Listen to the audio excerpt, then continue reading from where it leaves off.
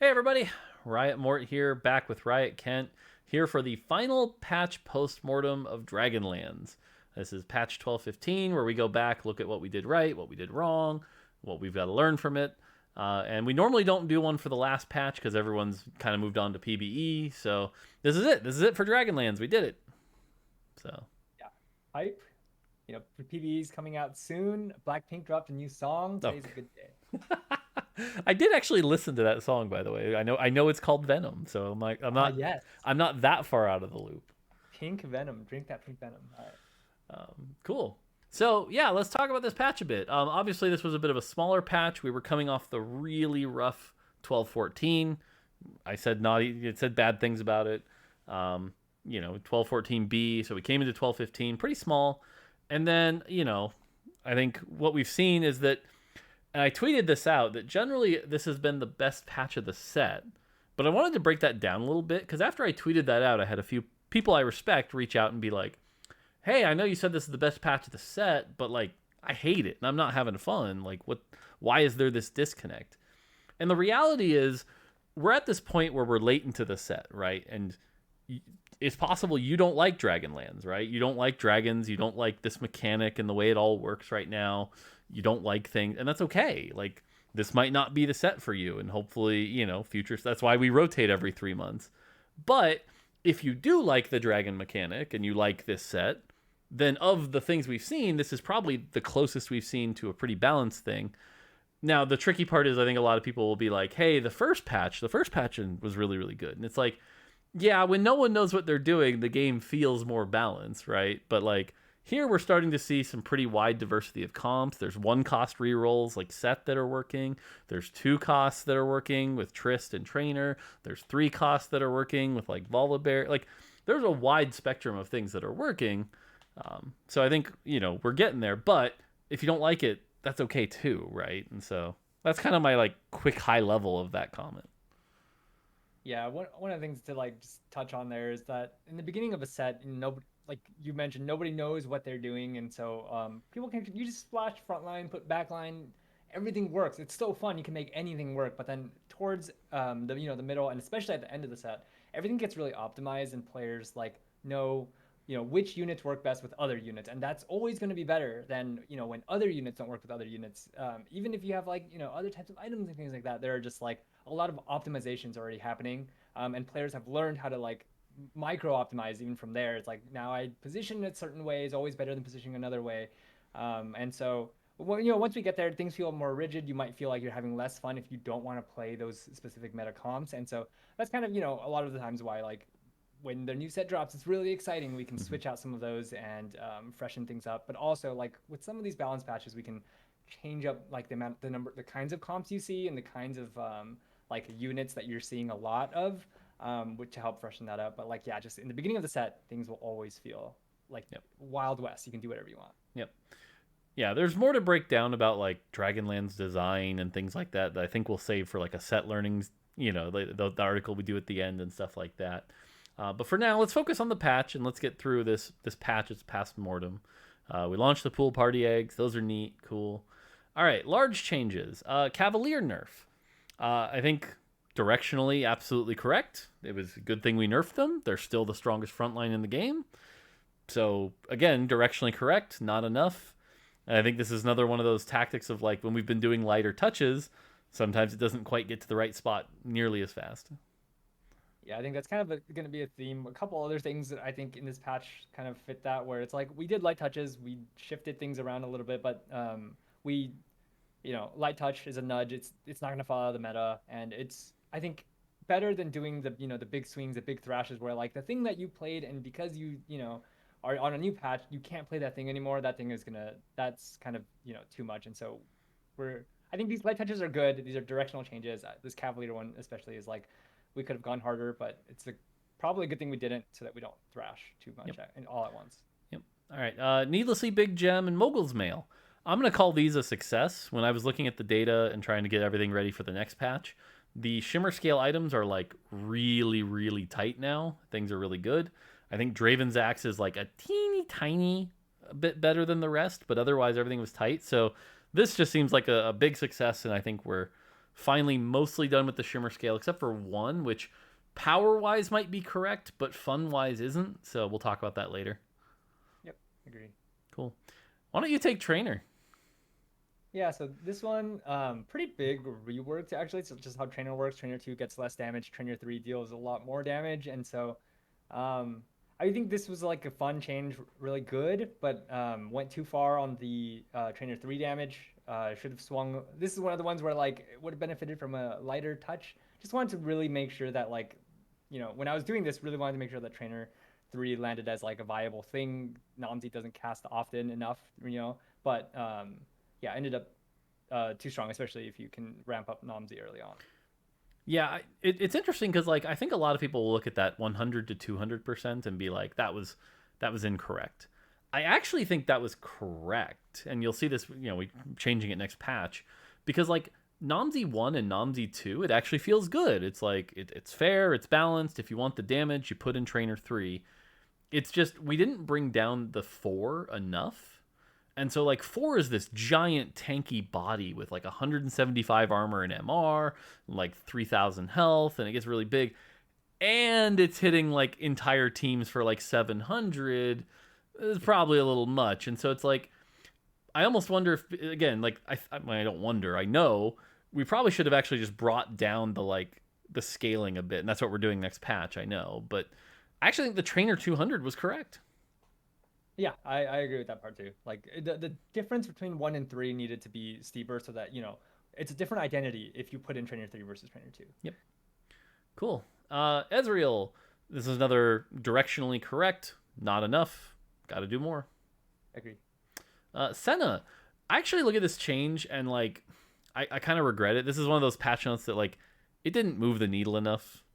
So like if there was a problem we were trying to solve, which was Senna's early auto attack damage, this didn't solve it. Senna's still a monster early, so like this just didn't do anything. Yeah, I mean it kind of. I mean, yeah, no, I agree. Yeah, we probably didn't need to make this change, or maybe just like should have nerfed the AD part of her spell, but yeah.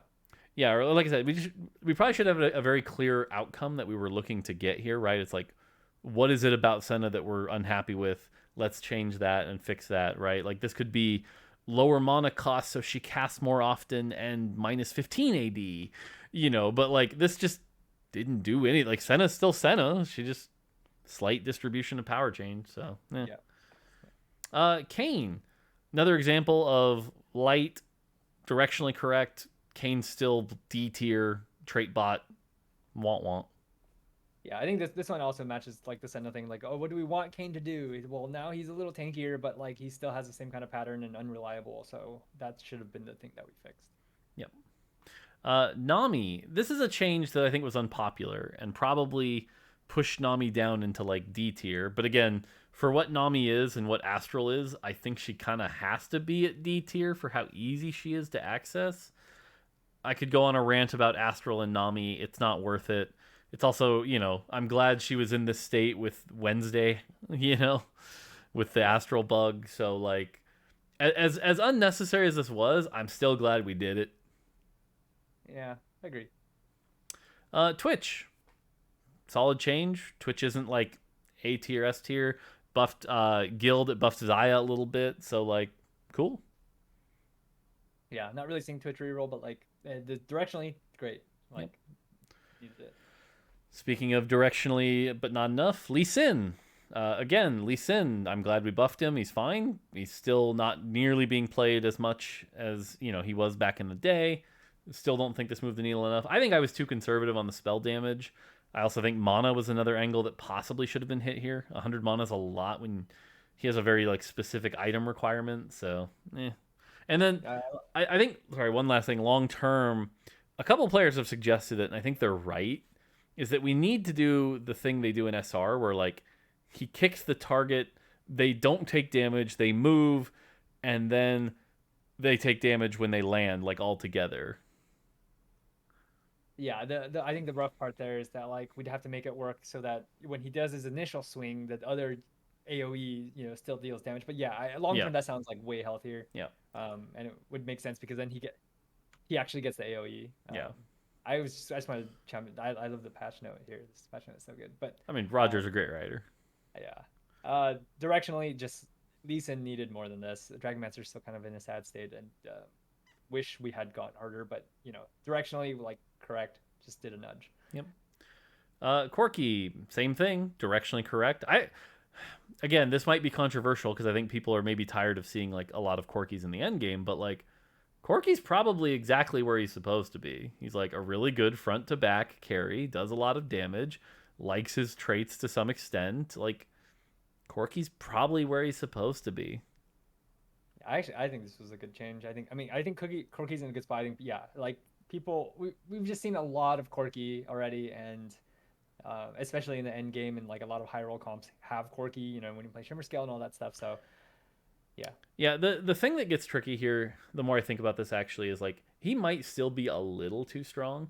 The problem is it's all about relativity, right? Like if you compare Corki to say Siphon, Deja, Shioyu, he's probably fine, maybe even a little weak. If you compare Corki to like 3-star, I don't know, Varus, he's probably too strong, and so it's like it's just the top makes him look fine, but the bottom makes him look OP. So again, there's just some like wider gap problems I think there. In a set where like we have more tiers of units than usual, I think Corki landed in like he's not in a bad spot. So. Yeah. Xayah buff. I'm always worried about Xayah buffs because we know how the first half of the set went. Data wise, Xayah's still not great. She's getting another buff next patch. So again, directionally correct, light touch, a little too much or not enough to get her there. But we have seen some people have success with Xayah. So it's not like she's like D tier anymore. She's like high C tier, low B tier. But again, when we're trying not to be thrashy, this was probably correct. Yeah, like B tier. I feel like Xayah is playable when ahead and you have enough money to afford the guild Xayah comp. Like if you can go fast 8 and afford the entire expensive comp, she will be really good. But just like Xayah 1 doesn't get you there, and you can't be playing from behind in this kind of state. So like that's kind of why she's so bad. So I think it would have been risky to go with more buffs than what we did here, but like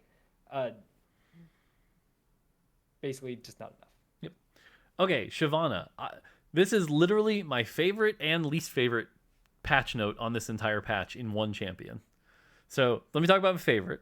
I love the Flame Breath now targets largest clump. Not just because it makes Shyvana more consistent, but it actually adds counterplay.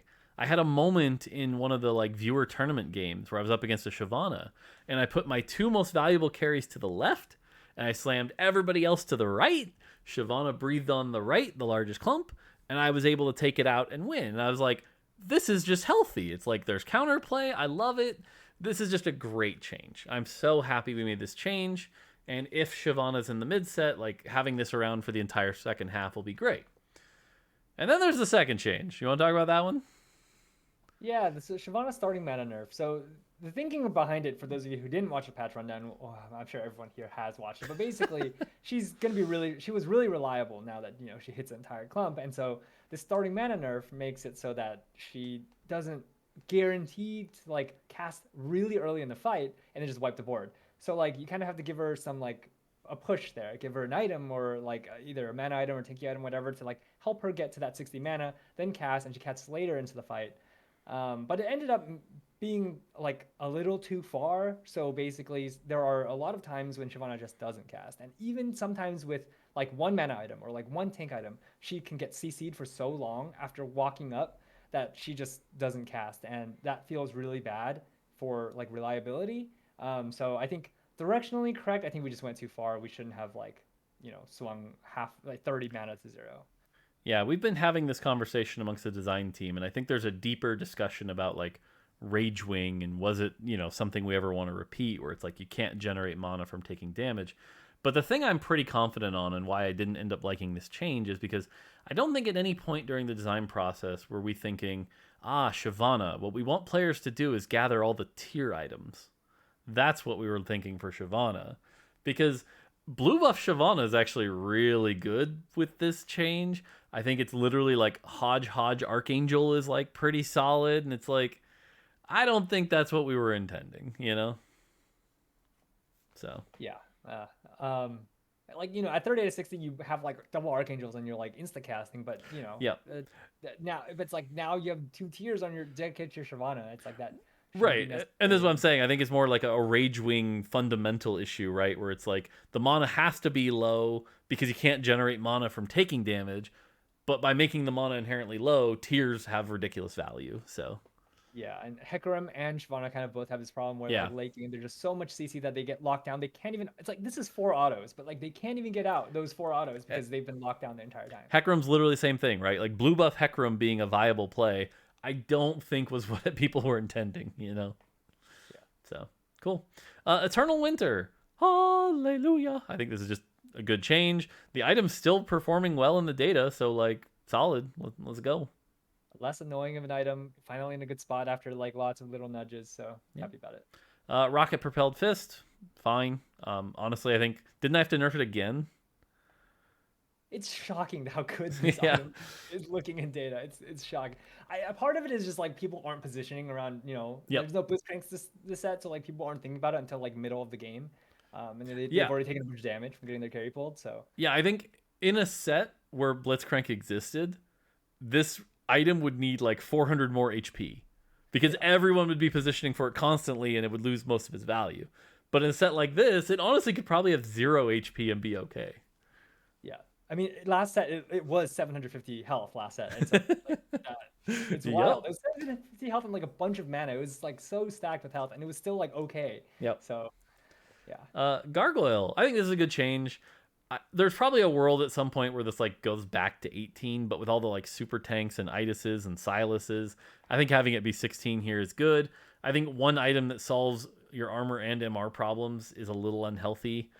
There's a world where I'm like, I still don't think this is good, but it is what it is for now, and I think it's finally balanced. So one of the things I do like about this change is that like we're kind of in a state of the game where like super tanks are like super tanky and like sometimes they just go infinite. This kind of helps reel that back just a little bit. Like super tanks should be alive for a very long time, but they should die, and this will help that happen. And it's just a nudge, but like, we can slowly move towards a world where like it doesn't feel like the front line is literally immortal. Yep. Eye of the Storm buff, good. It's more fun. Good, love it. Yep, part of me wishes I went to 50 here, but like, yeah, this made the augment better, but just not amazing. So, Intercosmic Gifts. I think this is a good change. I mean, it's still connected to Astral, and everyone loves Astral right now. But other than that, Intercosmic Gifts, I think this is a good change. So, yeah, finally the augment looks like to be in a healthy, like good spot, not underpowered. So this is good, and it's reliable, so it's more fun. Yep. Stand United. We talked that we were going to make this change in 12-14 and then didn't. Then we made it in 12-15. I'm glad we did. Stand United's still really freaking good. So, which just goes to show you how strong it was beforehand. It's mind-blowing. It's like, oh, I got 1080, 580 and 10 AP, but this augment is like so good. Yep. So don't undervalue your stats, people. Yep. Jade 6 nerf. Clearly correct, right? Like, nerfing it from 5% to 4% was correct. Jade's still very, very good. I think there's an argument here that like the trait is correct or maybe even weak, but it's the champions that are carrying a lot of the weight, whether it be Anivia, Xiaoyu, or Nico. I think Nico's been kind of like the secret sauce as well. But I think 6 Jade's probably where it's supposed to be, and there's a pretty big jump for running 9 here. Yeah, I agree. It's a good change. I liked it. Cool. Karma. It's funny. So obviously the bug fix is a great change. Great. Tested it out over the weekend, and it was like, okay, Karma's really freaking strong. So we nerfed it just a little bit. And she just doesn't stand up. Like, she just can't stand up to the dragons, I think. And so this is probably accurate, assuming the dragons come down. Yeah, that makes sense. I agree. Yep. Set change. I would call this a perfect change, right? Like, we nerfed Set, good. And Set's still viable, good. This is in the small section. Like, this is exactly what you want, right? Is like, Set's not quite as powerful as Dominant. Set's very popular in the China meta. So like, cool, did it. Yeah, arguable should be 155. No, but I think like Set landed really well this match. Yep. So we good. Yeah, NA does not like set for whatever reason. Like we saw no sets today at the mid-set invitational from what I could see. Very popular in China. It's just like some different meta over there that allows it to be better. Yep. Ash Volley. This change didn't do anything. Sad. Wanted Ash 3 carry to be a thing, but I think actually just could have made this go further. It's like you're hunting down a 3-star Ash. The payoff should be more worth it. But yeah, Ash is going to be the kind of champion I'm going to talk about more in the future. If Ash is staying around for mid set though, the big thing we need to do is like these pure utility champions that never have a carry fantasy. I'm really starting to think are more actively bad for the game. Because it's like there's no unique fantasy where it's like I can't wait to 3-itemize my Ash. Like I'll run an itemless Ash and love it, right? 30% attack speed slow if I don't have a frozen heart lying around, like great. But I'll never put an item on Ash unless I'm like drowning in items, and like I don't think that's where we want champions. yeah, I think one thing that we learned from Chosen was just like the fact that you can make any carry. I mean, any unit carry is the best. I mean, it's like a lot of fun and people love that. And so like pure utility should be a thing until you 3-star them. Then it's like, now you can carry them. Like anything can be a carry. AD carry Braum can be a thing. And so it'll be fun. I see what you did there. I see what you did there with the AD Braum. Yeah. Deja nerf. Directionally correct. If we didn't do this, Deja would have been dominant. Again, probably not enough. Deja is still very, very, very good. Yeah. I can say similar things for like Deja and Xiaoyu here. Yep. It's like directionally correct, not enough. If you could record that as a soundbite, you could play it exactly the same way for Xiaoyu. It was a nerf. It was good we nerfed her. She's still really, really good and probably wasn't hard enough of a nerf. Yep. Cool. I will also call out, by the way, no Siphon nerf here was a big miss. I think Siphon, especially, it took about a week for everyone to really figure it out this patch. But once they did, it was like, who needs Itis? Siphon exists. Siphon fits in any comp. So, yeah, I normally we go over like what's all there, but I'm just going to call it out now that not having a Siphon nerf was a big mistake here. I agree. Talon 4 buff. Yep, cool. You and I briefly talked about it. I won't spoil all of our conversation, but yeah, clear today getting the Varus 3 recombobulated into the Talon 3, and Talon 3 could actually kill things. Yay! Yay! Big numbers. Yeah, I saw like 2,900 crits, so sweet. Good. Ao Shen 1 buff. Yep, this was great. This was needed. This is a slam dunk. You could argue that Ao Shen 2 is a little too strong, but like this allowed Ao Shen 1 to kind of at least survive some of the weaker level 8 boards to at least have the opportunity to get Ao Shen 2 now, whereas before Ao Shen 1 just couldn't cut it. So this is a good change. Totally agree. Yeah, Ao Shen really needed it. Now like Ao Shen's good again. It's playable, especially from ahead. So yeah. Pike 3, the most confusing patch note of all time, and it was right. Called it. Yeah. I think the only thing I don't like about this is that like it just reads really confusing on paper, but like it did good things for the game. Yeah, the one thing I'll say is like we buffed the second number to 15,000. I actually think that was incorrect, and I know like a lot of what we saw when we first put up this patch note, right, was like, okay, it'll do bigger numbers, but it won't be able to kill a Volibear, like a Cavalier Volibear. I think that was actually okay. I don't think Pike literally needed to be just like instant kill everything all the time. And like if Pike 3 had to cast twice to kill a Volibear 3, oh no, because 15,000 is a lot of damage. Now, the counter to that argument here is like, okay, well, Soraka 3 exists. So don't get me wrong. I'm not saying it's like apples and oranges and it's not a big deal. But like Pike 3 is just nutty. I actually, I mean, I kind of disagree. I think Pike 3 should be able to like kill whatever he casts because he doesn't hit the entire board and he like is a little bit slower about doing it. The thing I don't like though is that like 15,000 just looks really inflated and like weird. And like I think it's okay to show like really big numbers sometimes, but I kind of just like when it goes over 10K, it starts to look kind of like why is a number so big? I don't care about the number anymore. It's just a massive number. So yeah. That's fair. Yasuo invulnerable when performing execute. Solid change. Probably should have been there a long time ago. Good change. I agree. Augments. Cluttered Mind can now only be offered on 2-1. Yep, that's a really good augment. It is very, very strong now. Yep. Late game specialist. Fine,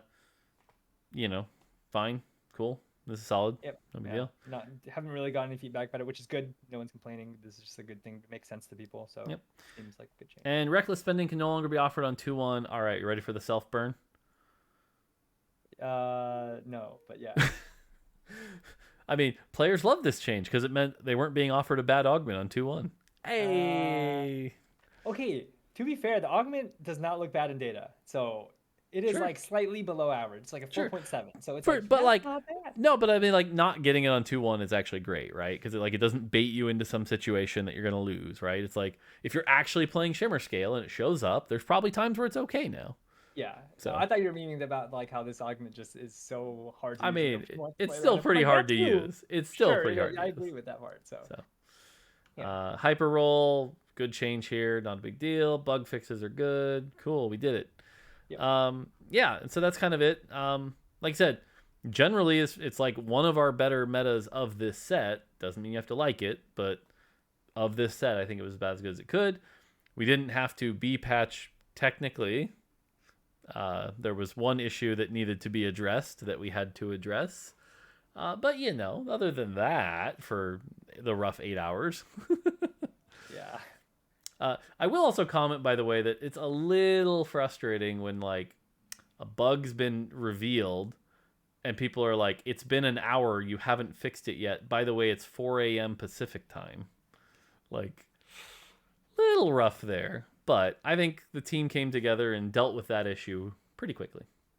I think I would hope, at least I think the group that views this, at least, these things know that like, we're going to wake up, we're going to see it, we're going to address it. Like, this is, there's trust between us, and it's like, we will make it, do the right thing. But like, there are players out there who are just like, bug fix, like literally right now. Otherwise you suck. So. Yep. Cool. Yeah. Okay. So like I said, that's the end of our Dragonlands postmortems.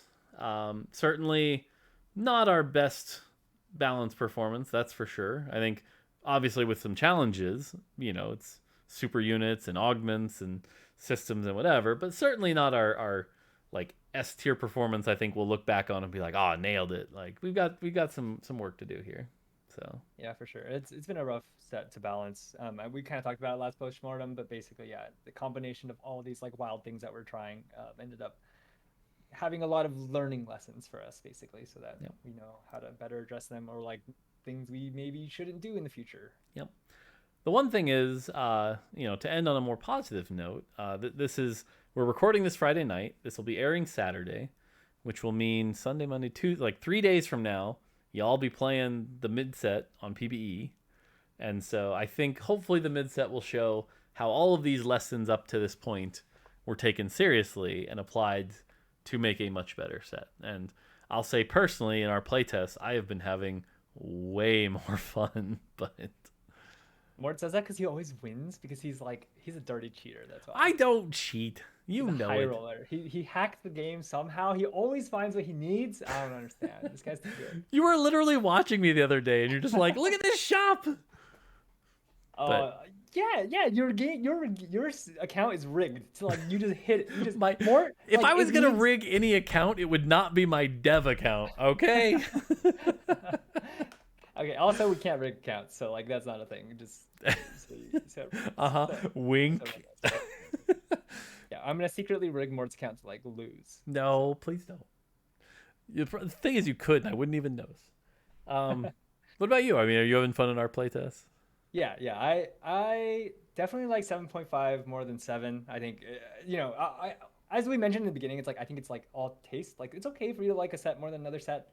For me, it's like I personally enjoy 7.5 more than I join 7. Mort does too, and so we'll see. Yeah. Cool. All right, like I said, that's going to do it for postmortems. If we continue this series, I know I always say that. At this point, it kind of feels automatic, although, I don't know, there are some days, man. But like I said, we'll be back for patch 12.18 postmortem. That'll be the next time we do a postmortem. So enjoy the break from these. And yeah, that's going to do it from us. Until next time, take it easy. See ya.